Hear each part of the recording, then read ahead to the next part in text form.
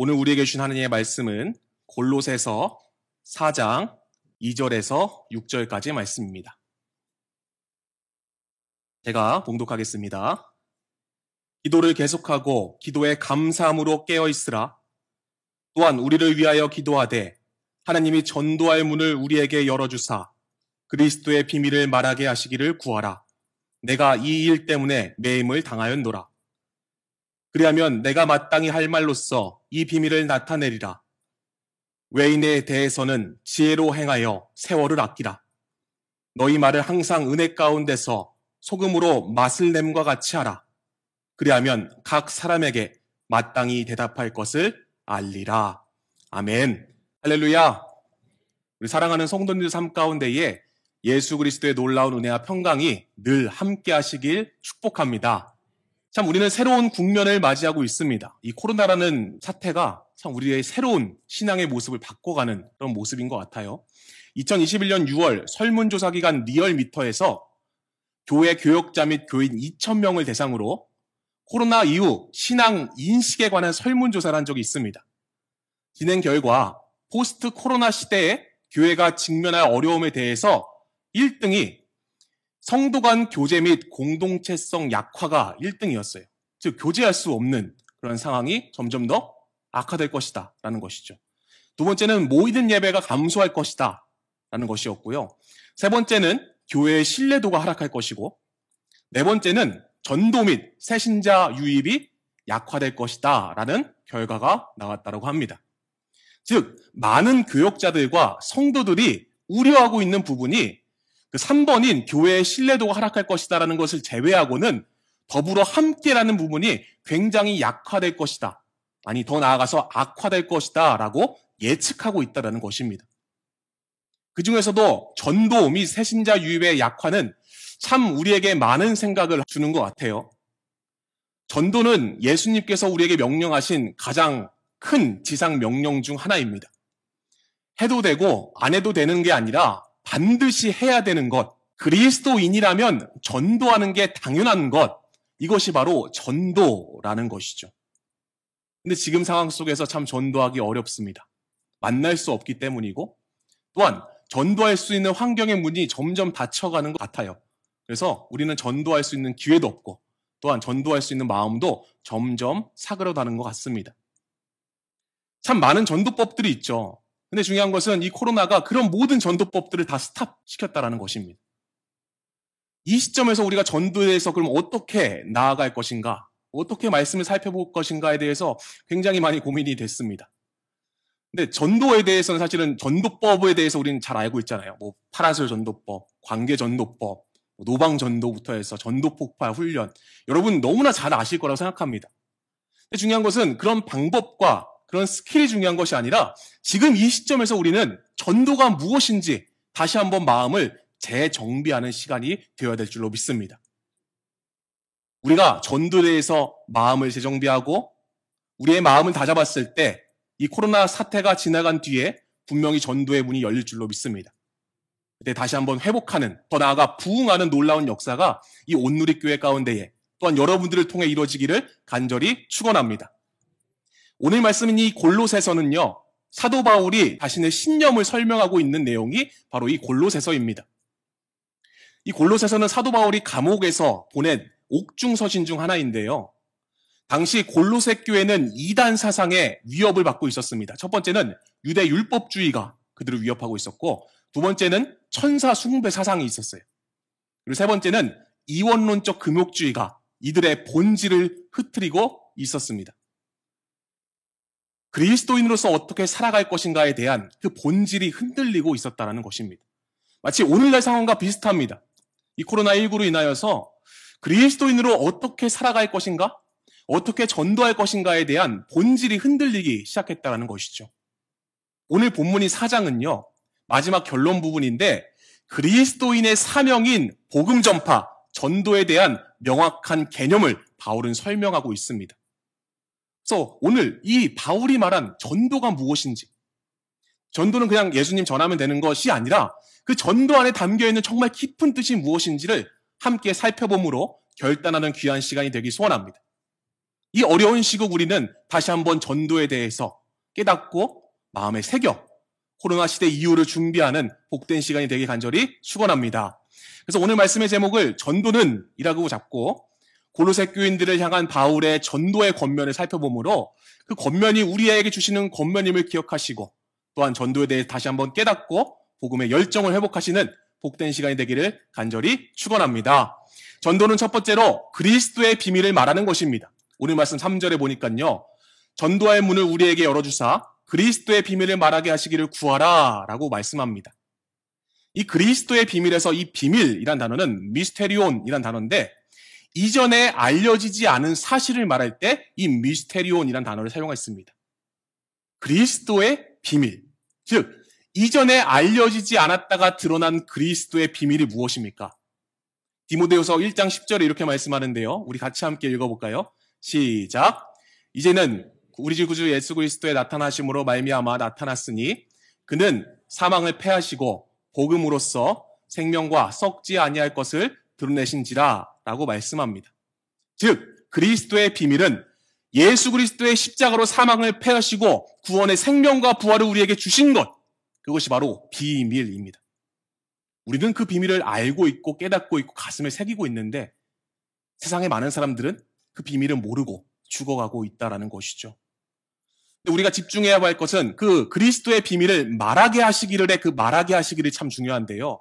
이 말하게 하시기를 이란 단어는 랄레사이라는 단어인데 가정법으로 기록되어 있습니다. 즉 이것은 하나님께서 직접 말하게 하셔야지 전도가 할 수 있다라는 것을 의미합니다. 즉 전도는 내가 한다라고 생각하는 것이 아니라 하나님께서 말하게 해주셔야지 할 수 있는 게 전도라는 것입니다. 참 이 사실 저는 너무 가슴에 와닿았습니다.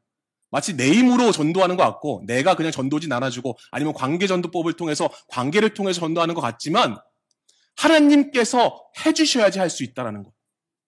그 사실을 우리는 망각하고 살아가고 있다는 것이죠. 내가 아는 것이 아닙니다. 하나님께서 말하게 해주십니다. 그 사실을 믿으시는 여러분들에게 간절히 축복합니다. 그래서 전도는 이 연약한 유한한 인간의 입술과 하나님의 계획이 일치되는 행위이기 때문에 정말 고귀한 행위이자 또 이 연약한 입술로 그 놀라운 하나님의 구원의 신비인 예수님의 십자가를 말하는 것 자체가 정말 놀라운 일이라는 것입니다. 사랑하는 성도 여러분, 전도는 예수 그리스도의 비밀을 연약한 우리의 입술로 말하는 것이며 또한 하나님의 놀라운 계획이 덧입혀져 이루어지는 것임을 기억하는 여러분 되기를 간절히 축복합니다. 성경에요, 비밀을 알았지만 모르는 사람에 대해서 나옵니다. 참 아이러니하죠. 비밀을 알고 있는데 모른다. 그 주인공은요, 요한복음 4장에 나오는 수가성 사마리아 여인입니다. 예수님께서 제6시쯤에 수가성 사마리아에 가시게 됐어요. 그 야곱의 우물가에 도착하셨는데요. 예수님께서 목이 마르셨어요. 근데 때마침 그때 제6시 정오에 물을 들어온 여인에게 예수님께서 물을 달라고 권면하십니다. 물 한 잔만 주세요. 근데 중요한 것은 이 사마리아 여인이 예수님이 그리스도이신 것을 모르고 있었어요. 그러면서 아니 당신은 남유다 사람 아니요 어떻게 사마리아인과 상종할 수 있겠습니까? 라고 말합니다. 예수님의 근본을 모르고 있었다라는 것이죠. 그때 예수님께서는 요한복음 4장 10절에 이렇게 말씀하십니다. 예수께서 대답하여 이르시되 내가 만일 하나님의 선물과 또 내게 물 좀 달라 하는 이가 누구인지 알았더라면 내가 그에게 구하였을 것이요 라고 말씀하면서 이 여인이 하나님의 선물과 내게 물 좀 달라 하는 이가 누구인지 알았더라면 너가 나한테 구하였겠다라고 예수님께서는 말씀하십니다. 여인은 하나님의 선물이 무엇인지 지금 모르고 있는 거예요. 그리고 지금 물 좀 달라고 하는 이가 누구인지조차도 지금 감을 잡지 못하고 있는 이 여인의 모습을 볼 수 있습니다. 그때 여인은 이렇게 말합니다. 요한복음 4장 25절이에요. 여자가 이르되 메시아 곧 그리스도라 하시는 이가 오실 줄 내가 아노니 그가 오시면 모든 것을 우리에게 알려주시리이다. 참 아이러니하죠, 그렇죠? 메시아 곧 그리스도라 하는 이가 올 거예요. 메시아와 그리스도에 대해서 이미 인지를 하고 있었어요. 하지만 예수님이 바로 그분이라는 것을 이 여인은 모르고 있었어요. 제가 이 말씀을 묵상하다가 왜 여인이 몰랐을까? 근데 핵심은 이 여인의 비밀에 담겨 있다라는 것입니다. 육신의 비밀이 있는 여인이었죠. 남편이 5이나 있는데 그 남편 역시도 이 여인의 남편이 아닌, 참 세상의 눈으로 봤을 때 불쌍한 여인, 음탕한 여인이 될 수도 있죠. 그렇죠? 그렇기 때문에 정오에 물을 뜨러 온 거잖아요. 사람들의 눈을 피해서요. 육신의 비밀이 많기 때문에 눈이 가려워진 거예요. 메시아가 오고 그리스도가 올 것이다라는 것을 인지하고 있었지만 바로 예수님이 그분이라는 것을 아직까지도 모르고 있는 이 여인. 이 여인에게 예수님께서는 친절히 자신이 그 비밀이고 하나님의 선물임을 드러내십니다. 그녀에게 내가 말하는 내가 그니라 라고 예수님께서는 말씀하시죠. 예수님이 그리스도라는 사실을, 이 놀라운 비밀을 깨달은 이 여인에게 있어서 더 이상 육신의 비밀은 장애물이 되지 않았습니다. 이 여인은 물동이를 땅에 내팽개치고 마을로 뛰어갑니다. 그리고 크게 소리치면서 이렇게 선포합니다. 요한복음 4장 39절에요. 여자의 말이 내가 행한 모든 것을 그가 내게 말하였다 증언하므로 그 동네 중에 많은 사마리아인이 예수를 믿는지라. 여러분 와서 보세요. 바로 예수 그리스도, 예수님께서 바로 그리스도시고 메시아시고 우리가 기다리신 그분이에요 라고 선포하기 시작합니다.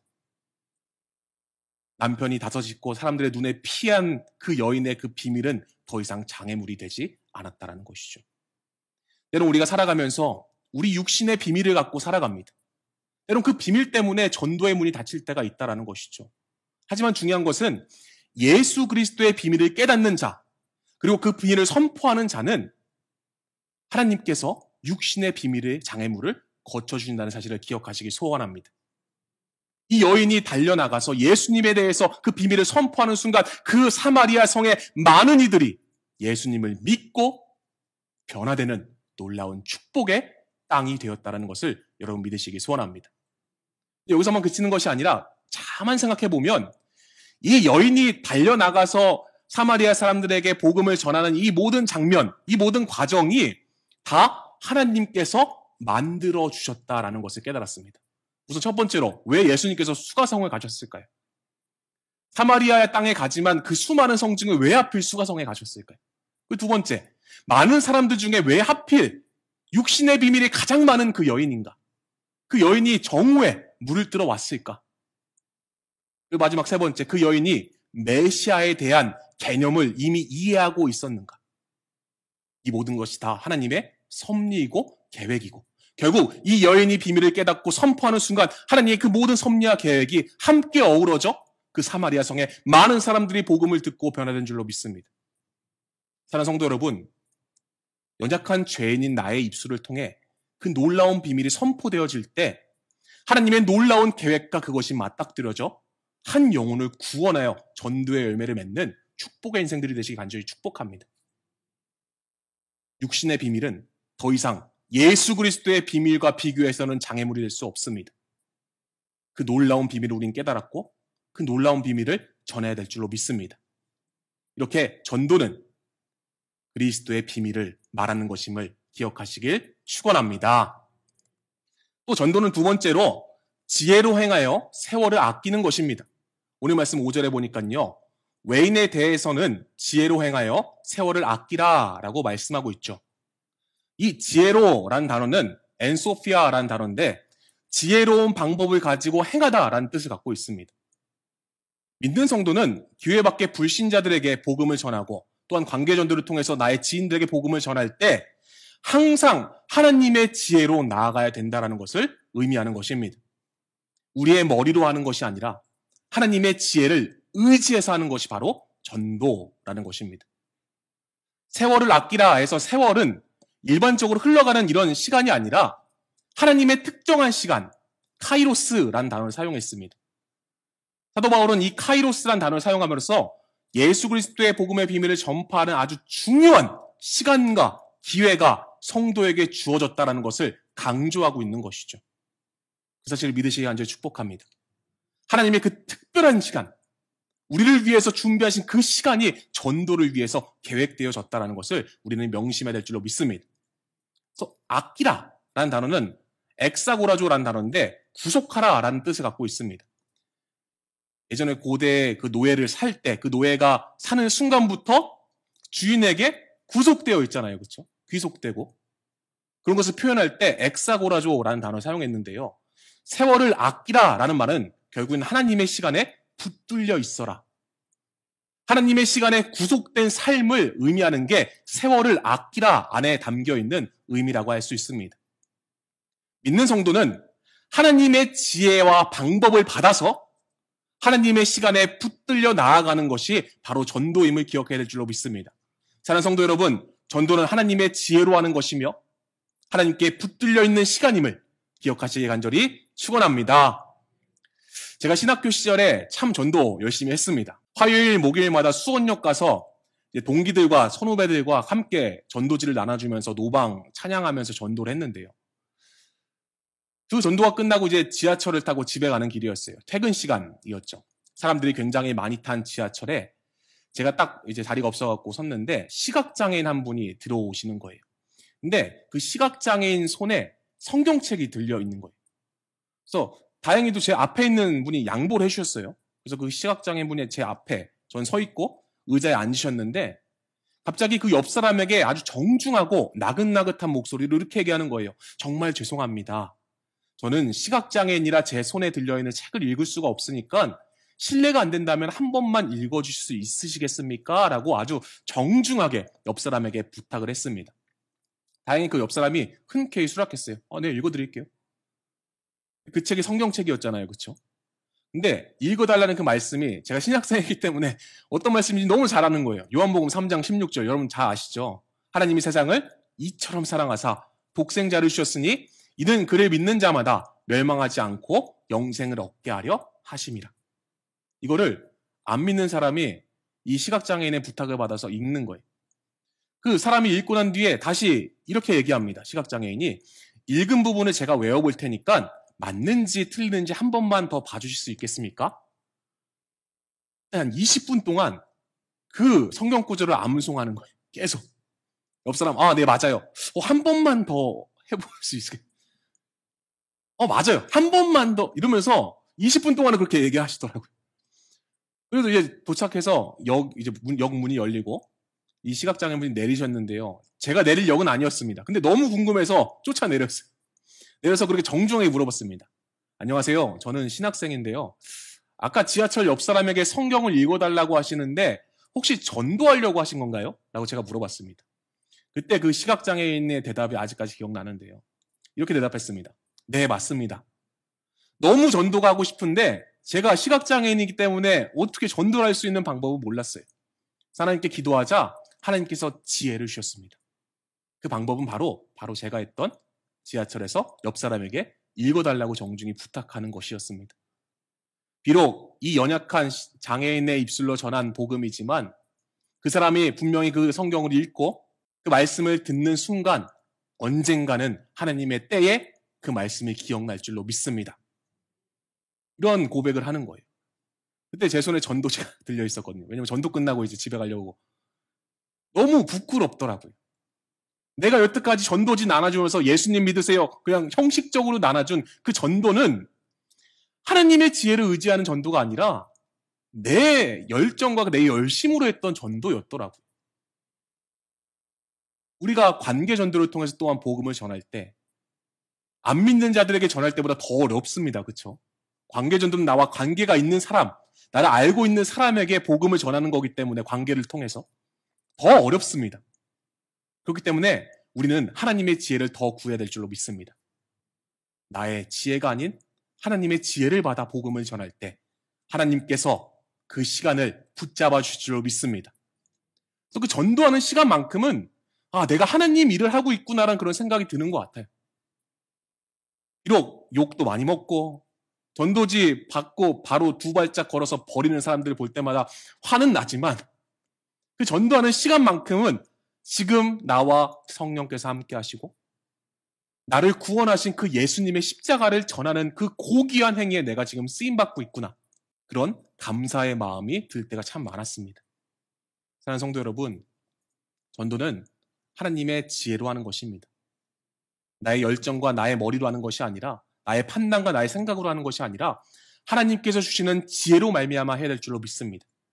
또 나아가 그 전도하는 시간만큼은 하나님께 붙들려 있는 삶이었고 이 전도의 시간이 우리의 삶 가운데 점점 늘어날수록 우리는 더욱더 하나님께 강하게 붙들려 있음을 믿으시기 간절히 축원합니다.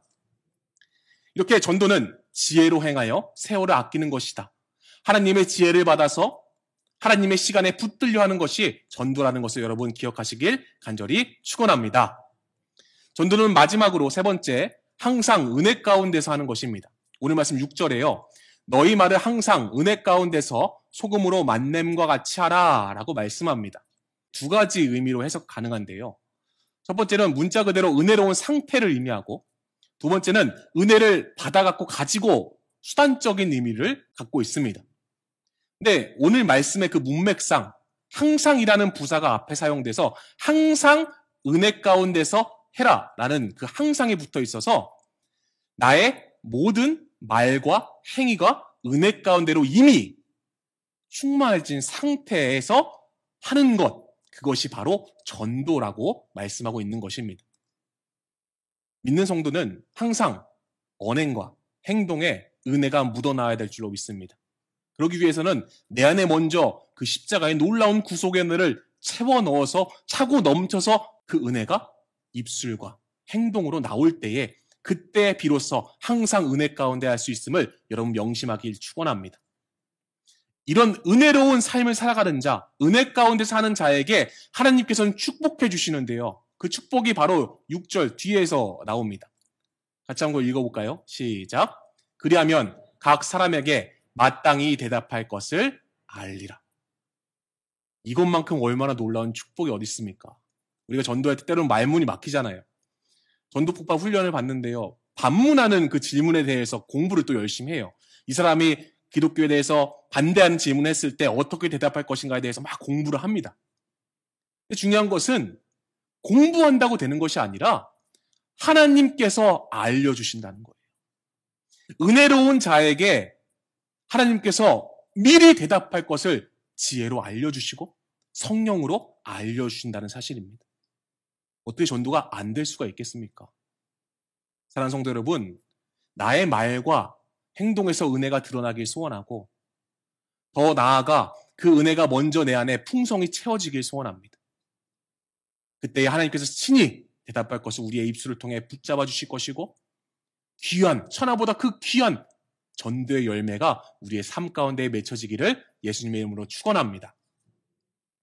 제가 충북 제천에서 단독 목회 시절에 참 전도 훈련 많이 받았습니다. 제천에 가자마자 그 감리사님이 추천해 주셔서 전도 폭발 훈련을 받았는데요. 더 나아가 지도자 과정까지 했어요. 그리고 두 번째는 강관중 목사님 파라솔 전도라고 그때 당시 굉장히 유행했던 전도법이 있거든요. 그 교회는 파라솔을 교회 주변에 18개를 설치해 놓고 전도를 한대요. 근데 그렇게 부흥이 됐대요. 세미나에서요. 그래서 와, 우리도 해봐야겠다. 그래서 파라솔 전도법 막 배우고 또 축호 전도, 웨슬리 전도대 등등등 전도 참 많이 했습니다. 그래서 월요일은 교회 뒤편에 무당집들이 있었거든요. 무당집들 전도하고 땅 밝히기도 하고요. 화요일에는 웨슬리 전도대 모임이 있습니다. 그리고 수요일에는 교회 앞에 파라솔 쳐놓고 이렇게 파라솔 전도했고요. 목요일, 금요일에는 전도 폭발 훈련팀과 시장 전도를 나갔습니다. 교회 또 주변에 시장이 있었거든요. 그리고 주일에는 교회 학생들과 함께 노방 전도를 나갔어요. 정말 토요일 빼고 매일매일이 다 전도의 삶이었습니다. 그 중에서도 지방 목사님들과 함께한 그 웨슬리 전도대가 아직까지 기억나는데요.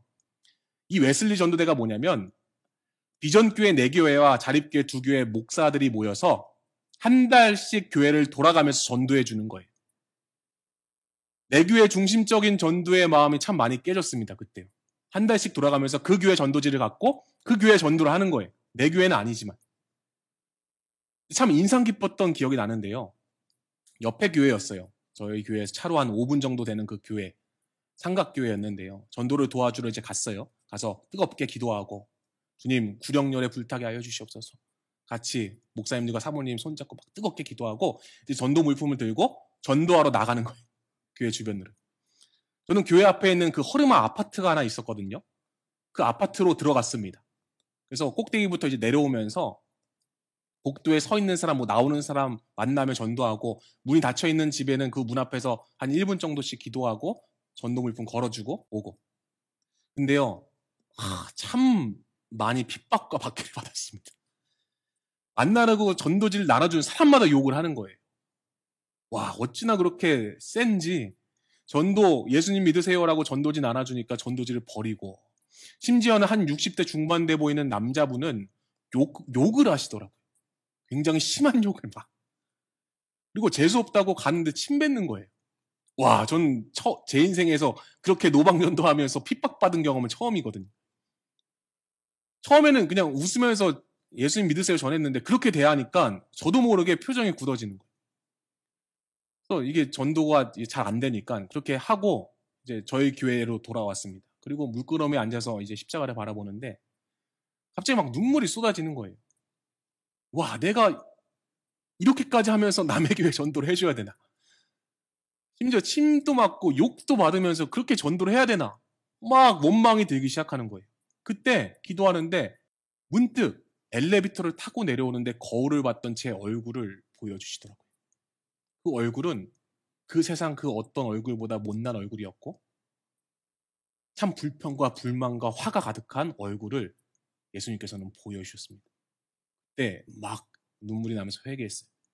내가 주님의 복음을 전한다고 말했지만 정말 내 안에 그 은혜가 없이 가식적인 모습으로 형식적으로 내 교회가 아니니까 그냥 전하는 그 복음에는 아무 능력도 없더라고요. 그리고 오히려 상처만 받고 시험 들었던 무기력해진 그 얼굴을 보여주시면서 저의 마음을 다잡는 시간이 되었습니다. 그때 이후로 참 한 영혼이 되게 궁휼하게 보이더라고요. 그 변화는 그겁니다. 상황은 바뀐 게 없어요. 똑같이 그 아파트의 주민들은 냉대했고 저를 향해서 비난과 욕설을 베풀던 그 아저씨는 똑같았습니다. 하지만 제 눈이 바뀌기 시작했습니다. 예전에는 빨리 끝나고 우리 교회 가야지라는 마음이 있었다고 한다면 정말 그 영혼을 바라보는데 궁휼한 마음이 들었습니다. 그게 예수님의 마음이지 않을까 그런 생각을 해봅니다. 한 3주가 지났을까요? 다시 그 아파트에 전도하러 갔어요. 갔는데 저에게 침 뱉었던 그 아저씨가 서 있는 거예요. 복도에서 담배 피고 있는 거예요. 근데 제가 좀 두렵잖아요. 그렇죠? 저에게 욕을 했고 비판했던 아저씨라서 다음 층 갈까 하다가 갑자기 그 궁휼한 마음이 들어서 찾아가서 다시 한번 인사드렸어요. 사장님 안녕하세요. 전도지 나눠주면서 예수님 믿으세요. 정말 너무 좋아요. 인생이 바뀌어요. 예수님이 생명이고 길이에요. 예수님 믿으세요라고 욕먹을 거 각오하고 얘기했습니다. 근데 정말 놀랍게도 그 아저씨가 이렇게 얘기하는 거예요. 예수쟁이 이번엔 가짜가 아니네? 이렇게 얘기하는 거예요. 그리고 전도지를 이렇게 봤더니 그냥 눈으로 이렇게 읽어보시더라고요. 그래서 제가 질문했어요. 아니 사장님 정말 죄송한데요. 왜 가짜가 아니라고 말씀하셨어요? 라고 묻자 그분이 이렇게 대답하셨습니다. 내가 여기 15년 동안 살았는데 수많은 예수쟁이들이 전도하라고 왔어. 근데 하나같이 다 전도지 나눠주고 뒤돌아서면 무표정으로 가더라. 정말 그 가식적인 모습에 내가 치가 떨려서 전도지를 안 받았는데 이번엔 가짜가 아니네? 한번 읽어볼게. 이렇게 얘기하신 거예요. 그때 깨달았습니다. 내 안에 은혜가 채워지지 않고 하는 전도는 안 믿는 사람들도 알아보는구나. 우리는 그냥 단지 전도가 지상 명령이고 무조건 그리스도인이면 해야 되니까라고 가서 나의 열심을 갖고 하지만 내 안에 먼저 그 은혜가 채워져 있지 않으면 내가 하는 전도는 그냥 울리는 꽹과리였구나. 그런 놀라운 깨달음을 얻고 충북 대천에서 목회 시절을 보냈습니다. 내 안에 먼저 은혜가 채워지길 소원합니다. 내 안에 먼저 나를 구원하신 그 예수님의 사랑과 그 감격이 정말 빼곡히 차서 넘쳐서 그 영혼을 바라보는 눈이 예수님의 눈이 되길 소원하고 그 영혼을 사랑하는 마음이 하나님의 사랑이 되길 소원합니다. 그때의 전도가 되는 것입니다. 노방전도 마찬가지고요. 관계전도는 더 우리가 은혜로 채워져야 될 줄로 믿습니다. 나를 너무나 잘 알기 때문에 내가 은혜가 넘치고 차지 않는 이상 그들은 복음을 들을 생각이 없다라는 것을 우린 기억하시면서 우리 사랑하는 성도님들 삶 가운데에 나를 향한 주님의 십자가 사랑이 먼저 채워지길 소원하고 그 은혜로 말미암아 하는 것 그것이 바로 전도임을 기억하시길 간절히 축원합니다. 오늘 말씀을 정리합니다. 전도는 첫 번째로 그리스도의 비밀을 말하는 것입니다. 그 놀라운 비밀을 우리에게 주셨습니다. 담대히 선포하며 나아가는 여러분 되기 간절히 축원합니다. 두 번째로 전도는 지혜로 행하여 세월을 아끼는 것입니다. 나의 지혜로 하는 것이 아닙니다. 나의 머리로 하는 것이 아닙니다. 하나님의 지혜로 하나님의 시간에 붙들려 하는 것이 전도임을 기억하는 저와 여러분 되기를 간절히 축원합니다. 전도는 마지막 세 번째로 항상 은혜 가운데서 하는 것입니다. 내 안에 먼저 그리스도 예수의 십자가의 은혜로 가득 차시길 소원하고, 더 나아가 그것이 차고 넘쳐서 예수님의 복음을 전하길 소원하는 복된 인생들 되기를 간절히 축원합니다. 사랑하는 성도 여러분, 우리는 참 전도하기 힘든 시대를 살아가고 있습니다. 하지만 이때일수록 우리에게 알려주신 예수 그리스도의 비밀을 선포하시길 소원하고, 전도가 전적으로 하나님의 섭리와 계획 안에 있음을 믿으시기 간절히 축복합니다. 이를 통해 항상 은혜 가운데 거하시는 축복의 인생들이 되시길 예수님의 이름으로 간절히 축원합니다. 기도하겠습니다. 사랑이 많으신 하나님 아버지, 오늘 말씀을 통해 전도가 무엇인지, 어떤 마음가짐으로 해야 하는지 깨닫게 해주시니 그 은혜와 사랑을 진심으로 감사드립니다. 전도하기 참 어렵고 힘든 시기를 보내고 있습니다. 하지만 죽어져가는 영혼을 바라보시는 하나님의 아버지의 마음으로 믿음을 가지고 예수 그리스도의 비밀을 선포하는 자들 될 수 있도록 축복하여 주옵소서. 그로 인해 나의 연약한 입술과 하나님의 뜻과 계획이 만나 전도의 문이 활짝 열려지는 축복의 주인공들이 되게 하여 주시옵소서. 진리의 영신 성령이시여, 오늘 말씀을 듣고 전도를 결단하는 심령마다 변치 않는 마음을 주시고 매 순간 하나님 나라 확장과 하나님의 영광을 위해 최선을 다해 복음을 전하는 믿음의 성도들이 되게 하여 주시옵소서. 우리의 모든 삶의 부분을 주님께 맡기오며 이 모든 말씀 우리 주 예수님의 이름으로 간절히 기도 올려 싸움나이다. 아멘.